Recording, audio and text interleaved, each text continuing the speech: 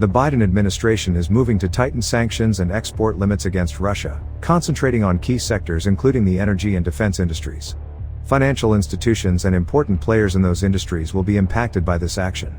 In addition, by obstructing any attempts to get beyond these new prohibitions, the US and its allies may take more action to stop Russia from getting assistance from other nations. Furthermore, a report was released regarding the European Union's proposal for additional sanctions, which would target Iranian organizations thought to be providing Russia with military hardware, including drones, electronics, and automobiles. Russia recently placed sanctions on 77 American persons after the United States levied more penalties on Russia for its cyber activity. Following his visit to Kiev, US President Joe Biden announced a $500 million military aid package for Ukraine. In addition, he pledged to increase the sanctions against Russian businesses and individuals that assist the Russian military apparatus. To defend the Ukrainian people from aerial attacks, the package will comprise air surveillance radars, artillery ammunition, and anti-armor equipment. In addition to highlighting the value of freedom, Biden promised to support President Zelensky for however long it takes. It's interesting that he ignored Ukraine's plea for fighter jets to thwart Russian invasion. Moreover, while their trip through Kiev, air raid sirens went off, but no Russian attacks were reported. According to Biden, Ukraine has had to forego a great deal and pay a hefty price. Kuleba, the Ukrainian foreign minister, described the visit as historic and stated that Zelensky and Biden had a good conversation. Kuleba added that the visit gave Russia a message of strength. According to him, the visit demonstrated to Russia that Ukraine is fearless and was a victory for the country. On February 24, 2022, Biden paid his first visit to Kiev following Russia's invasion. He gave Ukraine the assurance that, should it become necessary, the US would support them in preserving their democracy, sovereignty, and territorial integrity.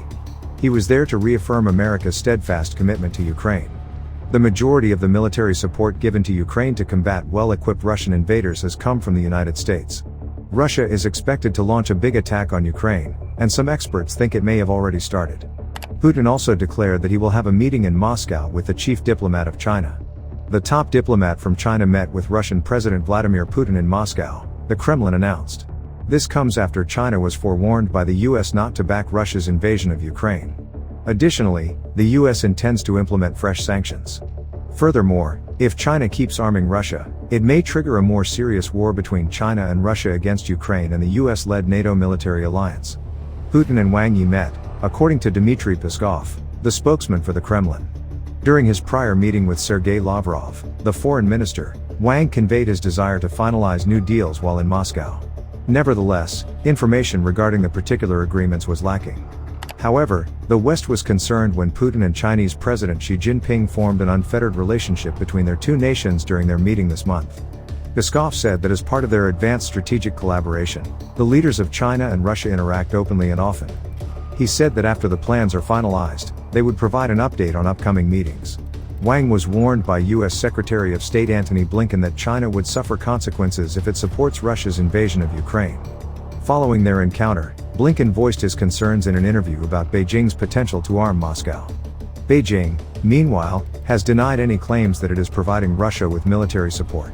When questioned about China's support, Peskov said he couldn't say anything more because the Chinese officials had already refuted Blinken's accusations. China has said that the US has no authority to make demands unless it can back up its assertions with proof. Wang assured Lavrov that despite changes in the world, China and Russia will keep cooperating to uphold cordial ties between the two superpowers. Additionally, he pledged to strengthen the bonds between Beijing and Moscow while remaining silent on the specifics of their impending accords. Xi Jinping has stood with Putin during the crisis in Ukraine, rejecting the West's demand that they keep their distance from Moscow. Consequently, there has been a notable surge in trade between China and Russia has been supplying more oil to Asian nations. Additionally, Biden recently spoke with NATO's eastern members on Russia, China, and Ukraine. On February 22, while China's senior diplomat was in Moscow, President Joe Biden held meetings with NATO leaders from Eastern Europe. These disparate incidents took place in close proximity to the first anniversary of Russia's incursion into Ukraine. Schools in Ukraine shifted to an online learning environment for the remainder of the week due to concerns about a rise in Russian missile threats. This was to honor Moscow's failed attempt to topple the government on February 24, which was attempted a year ago but eventually failed and is still unresolved. Vladimir Putin, the president of Russia, has also alluded to the possibility of employing nuclear weapons to break the impasse. He recently renounced a nuclear armaments deal, arguing that by arming Ukraine, the US had worsened the crisis. Additionally, only a few weeks prior to the invasion, China and Russia established an unrestricted alliance. Throughout the tour, Wang Yi, the foreign minister of China, reached fresh agreements.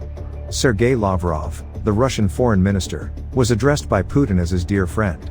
Wang declared that despite any shifts in the state of affairs around the world, China and Russia remain committed to keeping a healthy partnership between great nations. In the meanwhile, Biden traveled to Ukraine to express support and mobilize NATO allies in Poland to protect democracy following the invasion. Wang made it plain in Warsaw that NATO will stay together and that they will not abandon their support for Ukraine. Putin, meanwhile, claimed that Russia was threatened by NATO and halted a nuclear pact with the US.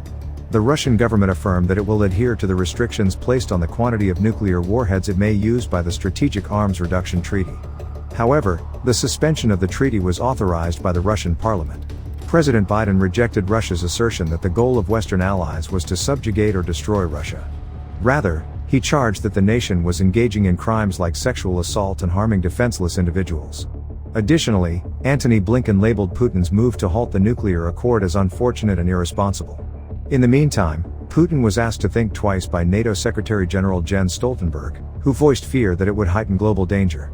Blinken also underlined that there will be repercussions and cautioned that the US is concerned about Beijing possibly giving Moscow weapons.